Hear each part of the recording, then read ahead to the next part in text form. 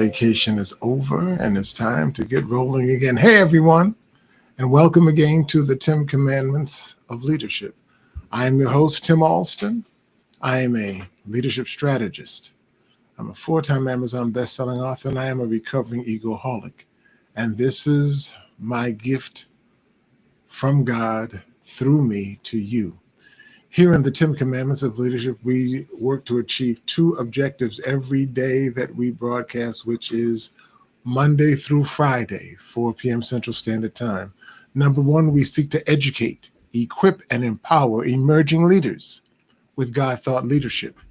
You've often heard me say the fact that a leader is determined not by a title, not by a position. A leader is determined by two key ingredients. Number one, influence. Leaders are determined by influence. And number two, leaders are determined by relationships. And the second thing is we always seek to present current events and newsmakers in the light of biblical best practices.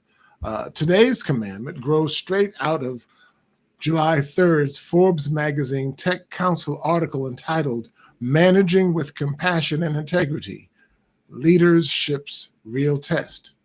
Here the author argues that integrity begins with self-management, and I couldn't agree with him more, because the most influential person that you will ever lead is still you.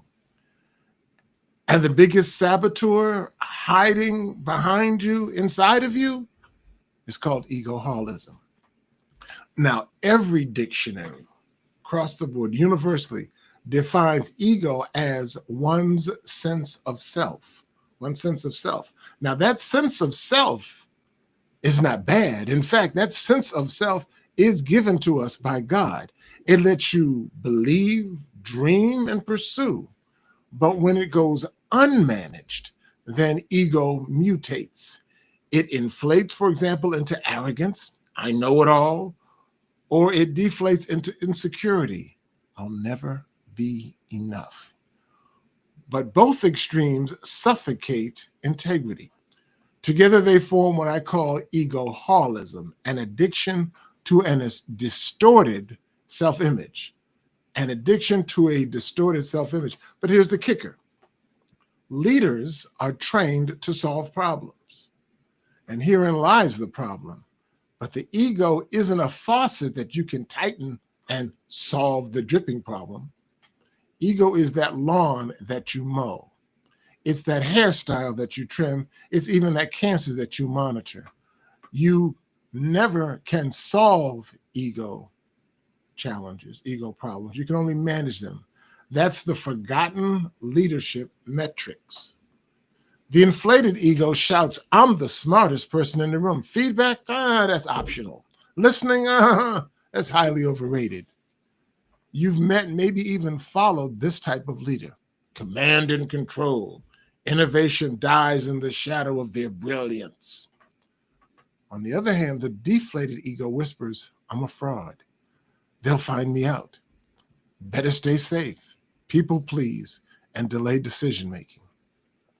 Here, teams drown in second guessing and mixed signals. Different symptoms, but the same disease. Inflated egos, deflated egos, both are equally damaging to the persons and organizations. Both the inflated and the deflated egos are egoholisms, and both erode trust, creativity, and culture. Here's a quick confession. Years ago, when I was working in higher education, I chased that prestigious doctor title until God made me stare into my own distorted reflection. I realized I wasn't pursuing that doctoral degree for impact. I was feeding an inflated ego. Or really, I could have been feeding a deflated ego. I felt the need to have that title behind me, that title in front of me. When I quit that doctoral program, that same ego deflated overnight. I teetered back and forth like a lurching pendulum. That mirror moment is what birthed this language of egoholism recovery and set me on a lifelong quest to manage that tension rather than escape from it. You know, medical doctors don't guess at hypertension, they measure it. Why do leaders guess at ego pressure? That's why my team and I are building the EMC squared. The egoholism measurement calculator for correction.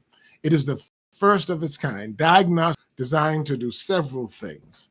Identify by asking such questions, do you tilt inflated or deep? It's also designed to quantify how it's costing your organization. Lost talent, stalled innovation, burnout, for example.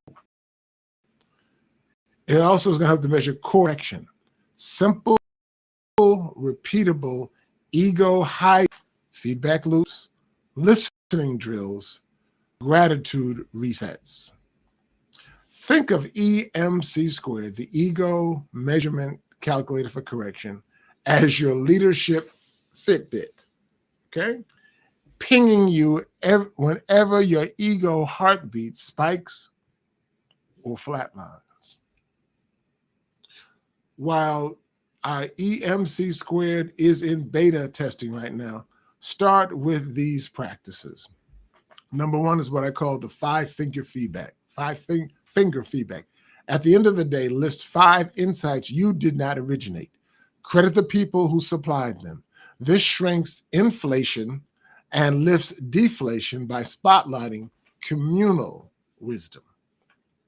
Number 2, the 90-second centering. Before key meetings, inhale for a 9 count, exhale for a 9 count. Ask silently, whose needs matter the most in the next 30 minutes? Hint, it's rarely just yours. And number 3, do the weekly ego pressure check. Block 15 minutes out each week. Journal 2 victories you feel very proud of. Now watch the inflation. And 2 mistakes you feel ashamed of. Watch here the deflation. Then write 1 actionable step for balanced growth. You see, small hinges swing big doors. Small hinges swing big doors. These hinges keep egoholisms from swinging you. But let's get back to the Forbes magazine thesis on integrity.